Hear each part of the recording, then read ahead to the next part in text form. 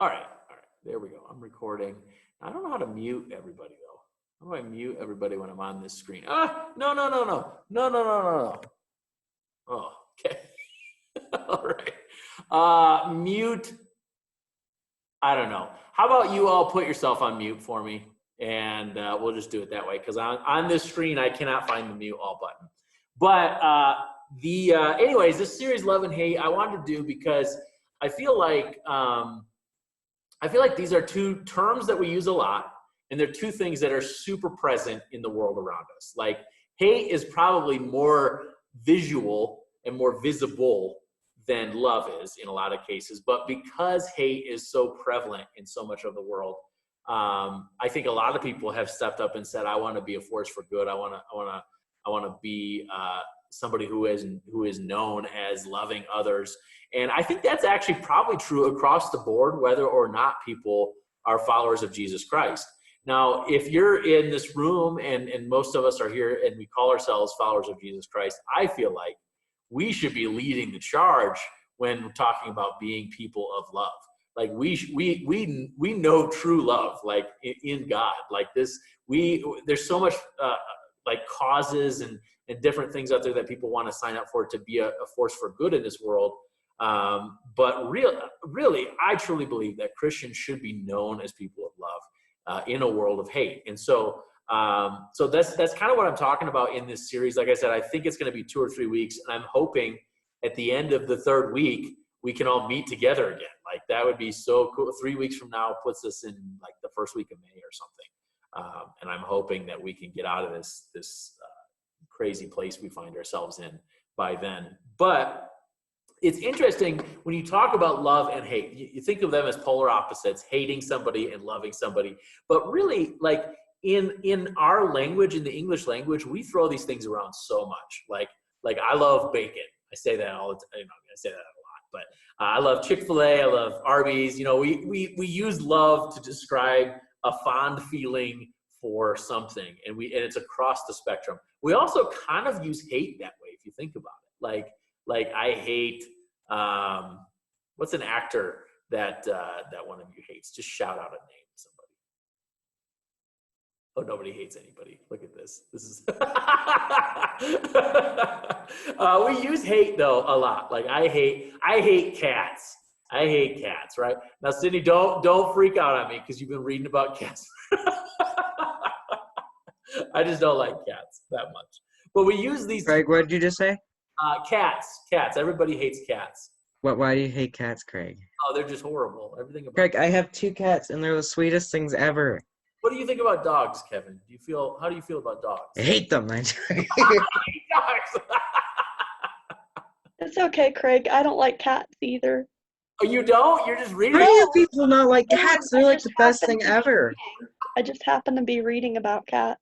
I'm definitely a dog person over a cat person. Cats have some good qualities. If they didn't look down on humans, they would be much more, better. But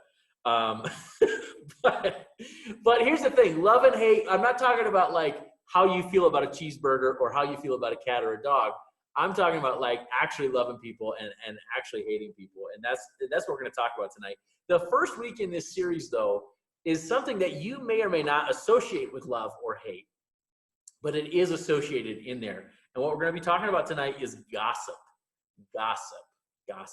Now, this is an interesting topic to talk about when we're on quarantine because you don't really see that many people right now, right? But what's interesting, I feel like, is that gossip is not restricted to the in-person. While it is present in the in-person, it also is present online. It's also present in how you talk about people in messaging or through Snapchat about somebody else. You know what I mean? It's just, gossip is one of those things that is so prevalent everywhere. And it's really kind of like socially accepted. Like if you're in a friendship circle of friends who really likes to rag on other people and you don't rag on them, you might be looked at as the outcast. You might be looked at as the one that is weird because you're not joining in on talking about other people. But it's interesting when we talk about gossip and we talk about just the way we speak to other people or speak about other people. there's all kinds of reasons I think that people like to and enjoy talking poorly about others. And I mean, there's a whole list of them. I think people are sometimes insecure with themselves. And so tearing somebody else down makes them feel better. That could be a reason. It's really easy to bond with someone else when you both hate a third person. Like, you know what I mean? Like, oh, I just can't stand them. Yeah, you're right. I can't stand them either. Whatever it is, it's like a really easy way to bond with people. It could be fun. It's sometimes fun to be the one that has this juicy bit of information that somebody doesn't know about. Whatever it is, there's all these different reasons that gossip happens, and we like to speak about people. But what's interesting is I'm speaking to you guys. You guys are all teenagers. It's definitely present in the teenage world, but I'm not saying it's not present in the adult world. Gossip is something that everybody struggles with. Anybody who goes to church knows that there's always a gossip mill at church, which is horrible. And everybody at church says, oh, I just want to know the prayer request. Tell me the prayer request so I can, tell this other person over here the prayer request. But gossip is not just restricted to the teenage world, it's everybody. And so what I'm hoping to do is kind of address this topic with you guys. And I'm hoping that I can give you some more insight on this. And realistically, this is one of those things that can change the way that you look at other people, and it can change the way that people look at you. So it's really an interesting, there we go. Sorry. I think Titus just joined us. Hello, Titus, if you can hear me, wherever you're at. Welcome, sir. I can't see you. Oh, by the way, Titus, if you could mute yourself, unless you want to say something, it's just kind of good Zoom etiquette. But welcome. Anyways, we're talking about gossip, right? And it's weird because if you're like into watching YouTube videos and that kind of stuff, there's like complete channels out there that people just rag on other people. They talk about why they hate this and why they don't like that. And it's so interesting because the world we live in has elevated people who gossip. Like, you could almost just be a gossip as a full-time job. Like, it's crazy. Or you could be somebody that people like to gossip about, and that's like a full-time job. Like the Kardashians. Like, everybody loves to talk about what the Kardashians are doing, and their full-time job is just to be the gossip. It's crazy to think about. But when you talk about living in a world like that, and we're called to be followers of Jesus Christ, how do we live in a world like that in a different way? It's kind of hard. It's really kind of hard.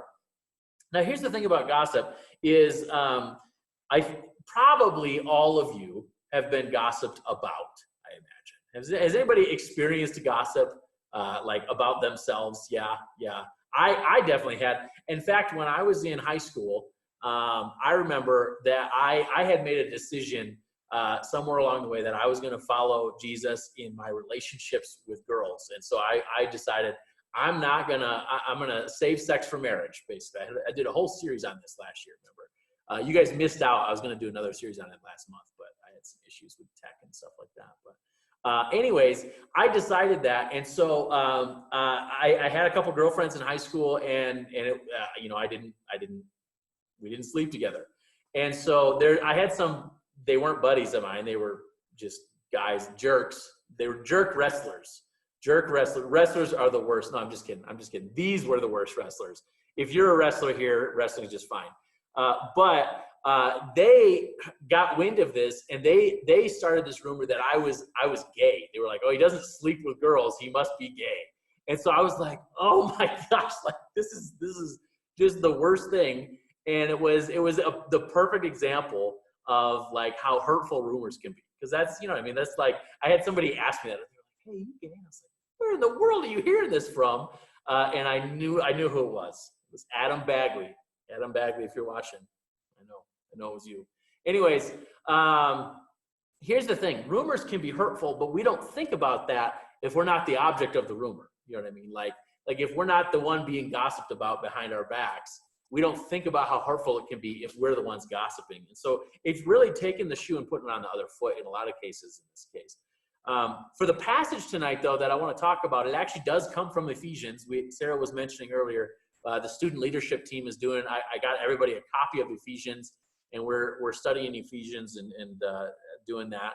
And the passage tonight comes from Ephesians chapter 4. And Ephesians is a letter that Paul wrote to the church in Ephesus. So Ephesus was a city. It's like a port city. And Paul wrote to the church, the Christian church that was in Ephesus. So if Paul wrote a letter to us here today, since the church is in Evergreen, that would be like the title of the book, like Evergreen. Ephesians, Evergreens. That would be the title of the book, right? But here's the thing. Paul writes to this church in Ephesus, and Ephesus is a crazy city. It's a port city, and the thing with port cities, even still today, really, is if you're a city that has a lot of international travel, there's all kinds of different cultures and diversity and ideas and weird religions coming in from all over the place. And that was Ephesus. It was full of all these different things and different ideas and different religions and practices and ethnicities and all this stuff. And so he writes to the church in Ephesus, and he says a bunch of different stuff. It's a 6-chapter book. It's kind of short for as far as books of the Bible go, but it's 6 chapters worth. And it's interesting because in the city of Ephesus, Christians back then are just like Christians today. They were called to live a different way.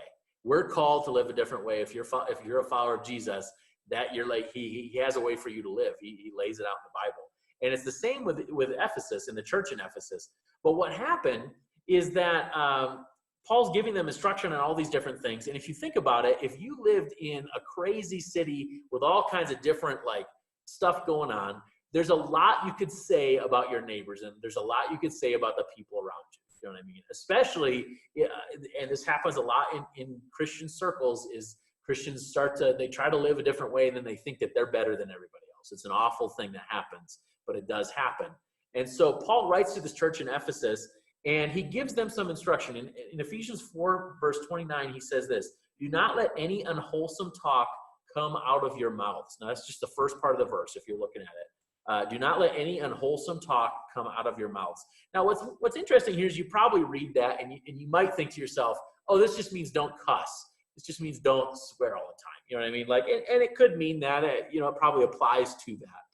But what's interesting here is unwholesome talk. Now, I don't often get too crazy into the original languages of the Bible, but sometimes it is interesting to look at the original words that were used and the different meanings of these words. Hey, welcome, Daniel. Welcome, sir. I don't know which Daniel that is, but welcome, whatever Daniel you are. Here's the thing: is when you look at the original. So this book of Ephesians was written in Greek. Sheffer, hello, sir. It was written in Greek, and the original Greek word that's translated here as unwholesome could also mean rotten, which is interesting. When you look at this verse, if you substitute that in, and if you say, "Do not let any rotten talk come out of your mouths," then I think what this does is this changes. Oh, you know what? I had this passage for you. There you go. This changes a lot of the thought process, because you could look at this and say, oh, this just means don't cuss, and sure, it could mean that as well. But I truly believe when this is talking about rotten talk, I think this means gossip. I think this is talking about how do you speak about the people around you. And if you're thinking about the church in Ephesus, they had a lot that they could say about the people around them. Oh, look at those people that worship the goddess of whatever, or the whatever of whatever. You know what I mean? Like they could speak poorly about their neighbors because of their differences in how they lived life. But Paul is saying, man, don't let that kind of talk come out of your mouth. It's really interesting. You know, when you think about the things that we speak, Jesus had some insight on this as well. And I'm gonna jump out of Ephesians and jump over to Mark here for you for just a second. Mark chapter 7, verse 15 says this, and Jesus said this: "It's not what goes into your body that defiles you. You are defiled by what comes from your heart." So what Jesus is saying is, man, it's not what you eat. Like if you ate a voodoo cupcake or whatever, that's not what defiles your body. It's what comes out of you that defiles you. And he's basically saying this is a picture of your heart, is that the way that you speak about people. It's a picture of the way you view them. It's a picture of who you are on the inside, is the way that you speak about people. So it's really, really like a double-edged thing here. Basically, Paul is saying, man, don't speak poorly about people around you. Don't speak rottenly about people. And Jesus earlier in the New Testament says, man, the way you speak is a reflection on you and your heart and what you think and the way that you view people. And so it's really an interesting thing. Now, Paul, in that verse in Ephesians 4, verse 29, it goes on to say this. So I only read you the first half of the verse, but the verse continues on to say this. Do not let any unwholesome talk come out of your mouths, but only what is helpful for building up others. Sorry, that's in my way. I have to read it from my other screen here. Where did it go?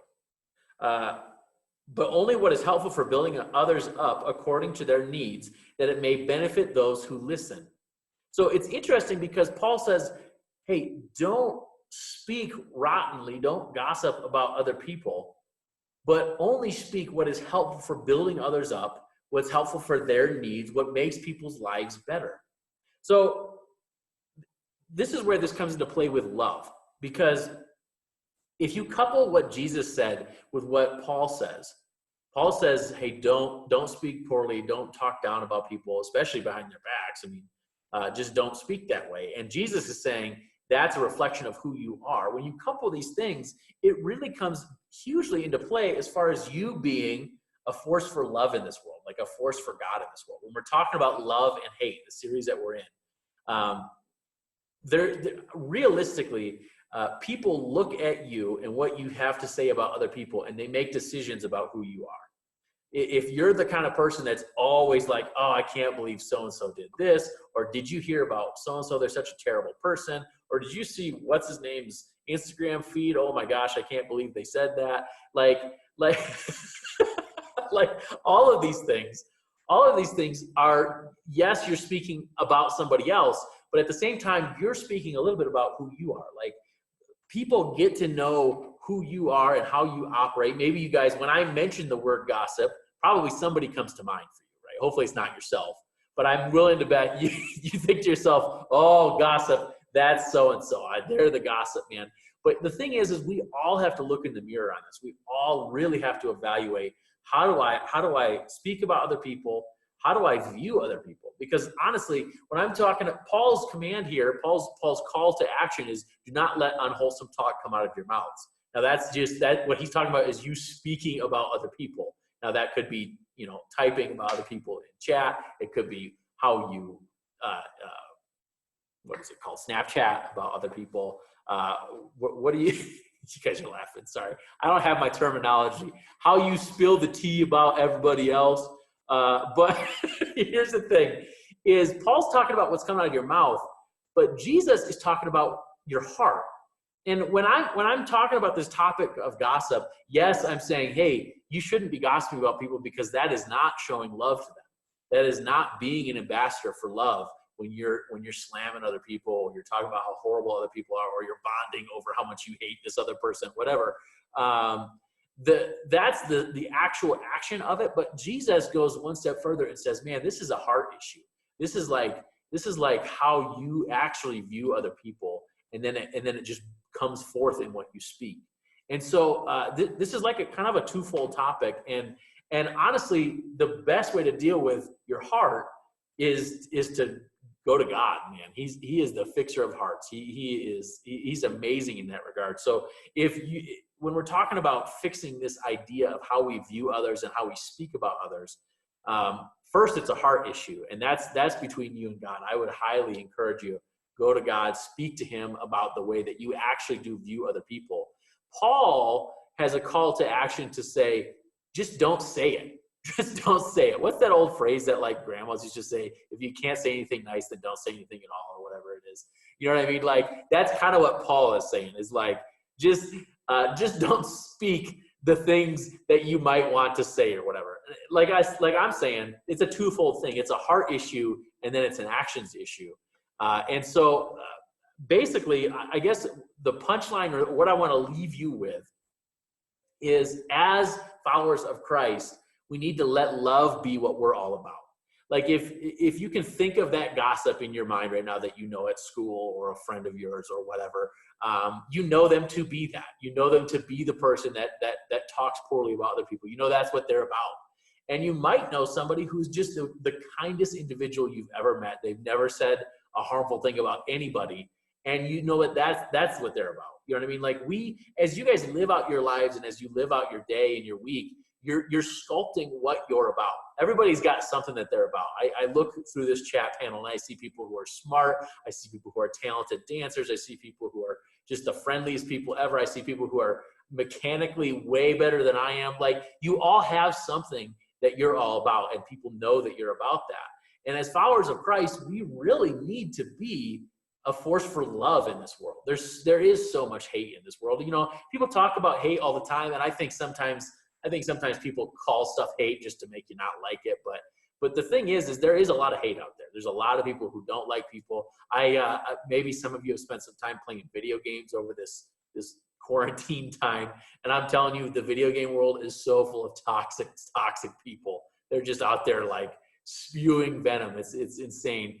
But we need to be. We are called to be something different. We're called to be followers of Jesus Christ, and we're called to be a force for love in this world. I mean, think about, we did a series last year on the greatest commandment. God says the greatest commandment is loving God and loving your neighbor as yourself. So tonight, what I'm talking about as we kick off this series of love and hate is really I'm really just boiling it down to a basic thing and saying, man, the way that you speak about other people reflects a lot on whether you are a force for love or hate. And honestly, I think this is a tough topic for all of us. It's a tough thing to wrestle through because nobody is not guilty of this. I have been guilty of gossip as well. In fact, I was just thinking the other day, like, man, I probably shouldn't have said this about so-and-so. And so like I'm not saying adults are not free of this. Pastors are not free of this. This is something we all struggle with because there is this kind of nature within us that we just want to talk about people. You know what I mean? I get it. There's a desire there to do that. So my hope for you guys, my challenge for you guys is to just look in the mirror on this. Just look in the mirror and think to yourself, how do I think about other people? And this is before it comes out of your mouth. Just how do you view other people? Do you look at their Instagram feed and make judgments about who they are and share that with others? Or do you look at their Instagram feed and think to yourself, you know, I don't know this person that much. Maybe I need to get to know them. I don't know. But look in the mirror and evaluate your heart. Evaluate the way that you look at others. But then part B to that is to look in the mirror and evaluate actually how do you actually speak about other people. Like, think about the person that you maybe like the least, and then think about the things that you've said about them lately to anybody. Maybe you haven't. I don't know. But this is such a hard issue to wrestle with. And what I want for you guys is I really want you to look at this and bring it to God early on in life, because probably all of you know an adult out there who is just a bitter person. They're always talking bad about everybody else. And that person, you look at them and you think to yourself, at least I do, I think to myself, man, I just don't even want to be around you. You're just so negative, and you're probably talking about me as soon as I leave, and you know, all of that stuff. Like, it speaks a lot about who they are, and it speaks a lot about others as well. So I guess the practical takeaway for you, that's your challenge, is to look into the mirror on yourself. But the practical takeaway for you, I would say, is this. It boils down to something really simple. If you're thinking about, like, if we're honest with ourselves, before you say anything in a group, a lot of people think about what they're going to say before they say it. Some of you might not, but a lot of people, if we're honest with ourselves, we think about what we're going to say next before we say it. And some of the times we ask ourselves these kind of questions. Is this going to be funny?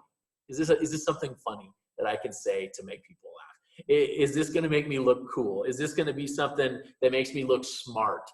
Is this, maybe you think to yourself, is this something that's true or kind of true? All of these thoughts kind of go through our heads. And the thing about all of those questions that I just mentioned is that they can all justify gossip. Is this true? Yeah, this is true about this person, so I'm not lying. I can share it because it's true. They have done this to themselves, and I'm just sharing it. All of these things you can justify the way you speak about other people. But I think Paul gives us a hint at what we really should be asking ourselves before we speak about other people. And that is this helpful, Remember that passage we looked at? I'm not going to pull it back up, but I'll read it for you again. Do not let any unwholesome talk come out of your mouths, but only what is helpful for building others up according to their needs, that it may benefit those who listen. I think the question we need to ask ourselves is what I'm going to say helpful to that person, to building somebody up? Is it going to be helpful in the grand scheme of things? And if you ask yourself that question, then you're really starting to think about the needs of the other person. You're really starting to think about how the ramifications of what you're going to say. And I think that question is a much better question to ask ourselves before we start talking about other people. All that being said, how this affects each of you is going to be different for each of you. This is not a one thing fits all. This is something though that I think we are all called to, and even Paul here is writing to the church in Ephesus and calling them to that too. So I hope this has been helpful. I hope this has been challenging. Maybe this series. Excuse me. I need some Red Bull. It's not the coronavirus. It's just a dry throat. But I'm hoping in this series we can really, like I said, hone what it means to be ambassadors of love in this world. And the more and more we see negativity and hate in this world, I think the more and more Jesus and the life he calls us to are going to be more evident through us. So thank you guys, for tuning in. I'll close this in prayer, and then you can all unmute yourselves and we can hang out for a little bit and just chat. But I appreciate each of you coming. Feel free to let other students know that we're doing this if they don't. But I really appreciate our time together. So let me close this in prayer. Father God, thank you for this day. Thank you for each of these students in their own homes, just sitting there listening and tuning in, Lord. And thank you for your word, man. Each chapter of the Bible contains so much truth and wisdom and guidance in this world, Lord. And I just thank you so much. We're coming off of Easter week, and it's your death on the cross that makes all of this possible, Lord. And once we sign up to be followers of Jesus, man, it's a long road. It's a great road. And Lord, it's tough sometimes when we have to struggle with things like this, like the way we speak and think about other people, Lord. And so I just want to lift up each of these students, and I just ask that you help them to not just forget about this message as soon as this is over, but help them to look in the mirror and truly evaluate, are we living a life of wholesome talk and building others up, or unwholesome talk, Lord. And it's true whether it's online or whether it's in person.